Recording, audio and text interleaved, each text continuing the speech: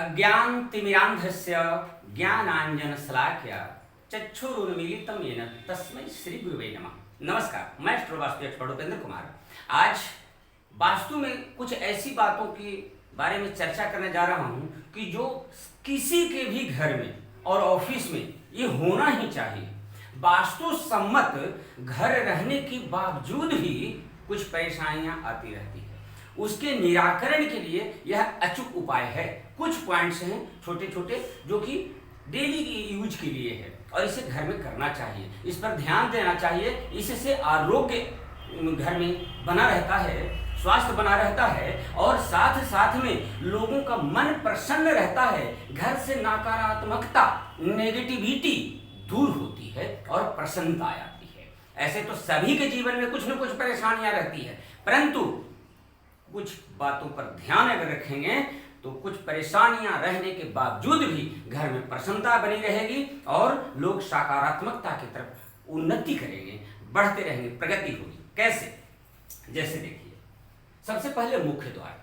मुख्य द्वार के बारे में हमने चारों दिशाओं में मुख्य द्वार का क्या प्रभाव होता है और क्या वहां पे परेशानी होने पर उपाय किया जाए, किस दिशा के द्वार पर, उसके बारे में वीडियो अपलोड है, वो हम डिस्क्रिप्शन में डाल देंगे, आप देखिए उससे।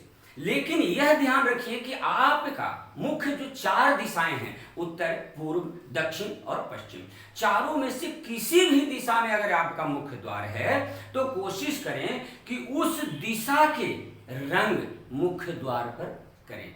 मुख्य द्वार के किवाड़ है, चौखट है, दरवाजा पे उसी दिशा के कलर करें, रंग करें, तो मुख्य द्वार बैलेंस रहेगा। क्योंकि भवन में वास्तु के अनुसार 40% प्रभाव सिर्फ मुख्य द्वार का होता है, उसके बाद ही 60% जो बचा वो घर के अंदर के बाकी जो भी डेकोरेशन है उससे संबंधित होता है। इस चीजों का ध्यान रखिएगा। तो मुख्य द्वार यानी कि कहीं पे भी हो तो सीधा इस बात को ध्यान रखना है कि उस दिशा के रंग में हम रंग दें। क्या क्या दिशा होगा? तो उत्तर दिशा में, उत्तर दिशा है तो नीला, उत्तर में नीला आसमानी कलर जो है। पूर्व में अगर है तो हरा कलर, या हरा कलर ज्यादा दरवाजे में पसंद नहीं करते हैं तो उसके जगह पर पैरोट कलर जो है, सुगा पंखी कलर है या वुडन कलर है, ये आप कर सकते हैं, बहुत ही प्रॉफिटेबल होगा। लकड़ी वाला जो कलर है। और अगर दक्षिण दिशा में है तो कोशिश करिए दक्षिण में लाल या ऑरेंज कलर, पिंक कलर, ये सब रंग जो है दक्षिण के लिए उत्तम है। पश्चिम दिशा में अगर है तो कोशिश करें सिल्वर कलर का रखें या ग्रे कलर का रखें या हल्का पीला कलर, गोल्डन कलर में लिए हुए आप उसको करें। पश्चिम में गोल्डन है या ग्रे कलर है या सफेद कलर, ये चीजों को ध्यान रखिएगा। आपके मुख्य द्वार का अगर कुछ नकारात्मक प्रभाव पड़ रहा है वो बैलेंस होगा। पहला मुख्य द्वार हो गया। दूसरा कूड़ेदान, डस्टबिन। घर में या ऑफिस में हर जगह डस्टबिन होता ही है। अब महत्वपूर्ण है कि डस्टबिन कहाँ रखें। तो पहले भी मैं बता चुका हूं, 3 दिशाएं मुख्य हैं डस्टबिन रखने के लिए। सबसे नंबर 1 दिशा जो है वह है वेस्ट नॉर्थ वेस्ट, यानी कि मध्य पश्चिम और भंडार कोण नॉर्थ वेस्ट के बीच में। दूसरी दिशा है साउथ साउथ वेस्ट, यानी कि मध्य दक्षिण और दक्षिण पश्चिम का कोण, नैऋत्य कोण जो होता है, इन दोनों के बीच में। और तीसरी दिशा है ईस्ट साउथ ईस्ट, यानी कि मध्य पूर्व और आग्नेय कोण, यानी कि साउथ ईस्ट, इन दोनों के बीच में। ये 3 दिशाएं मुख्य है। इसमें आप डस्टबिन एकदम बेझिझक रख सकते हैं और बहुत ही उसके अच्छे सकारात्मक परिणाम मिलेंगे। लेकिन अगर हमारा किचन कहीं और है तो किचन में तो डस्टबिन हम रखेंगे ही। ऑफिस जहाँ है तो ऑफिस में टेबल के नीचे तो डस्टबिन रखेंगे ही, ये रखना ही होगा। तो क्या करें? अब यहाँ पे हमारा टेबल है और वहां तो हम नहीं रख सकते डस्टबिन, तो क्या करें? तो वही सेम जिस दिशा में वह आ रहा है, जो भी स्पेस है उसके सेंटर से जिस दिशा में वह टेबल आ रहा है, डस्टबिन रख रहे हैं, उस दिशा के रंग का, कलर का डस्टबिन रखें, नेगेटिव इफेक्ट नहीं पड़ेगा। क्लियर है? नंबर दूसरा ये हो गया। नंबर तीसरा झाड़ू। झाड़ू हर घर में, ऑफिस में होता है।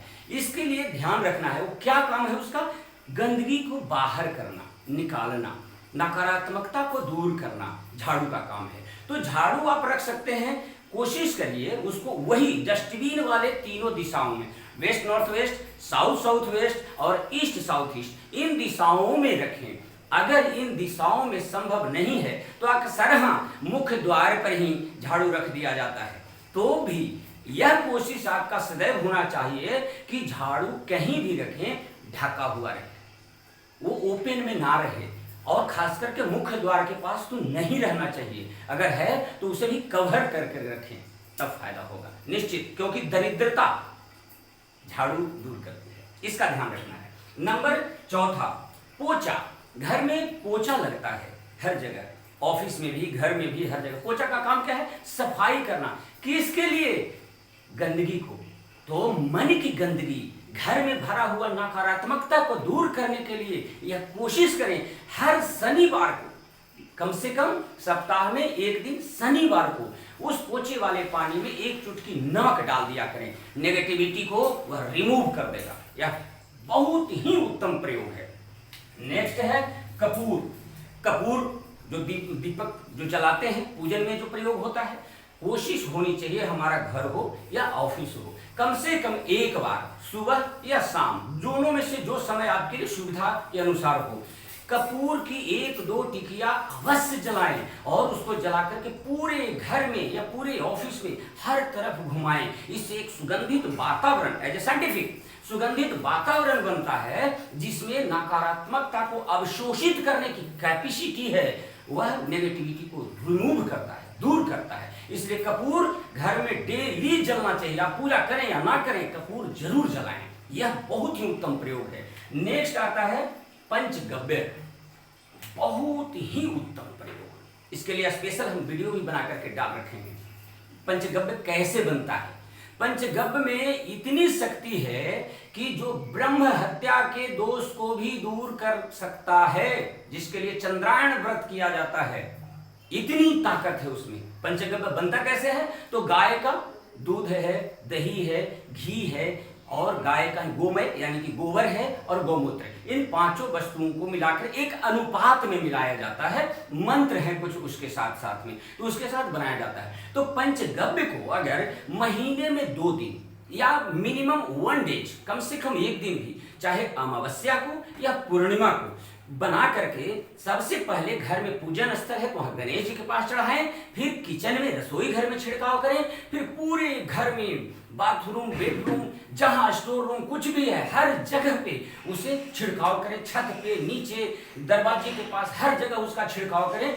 नकारात्मकता को दूर करने का यह अचूक उपाय है।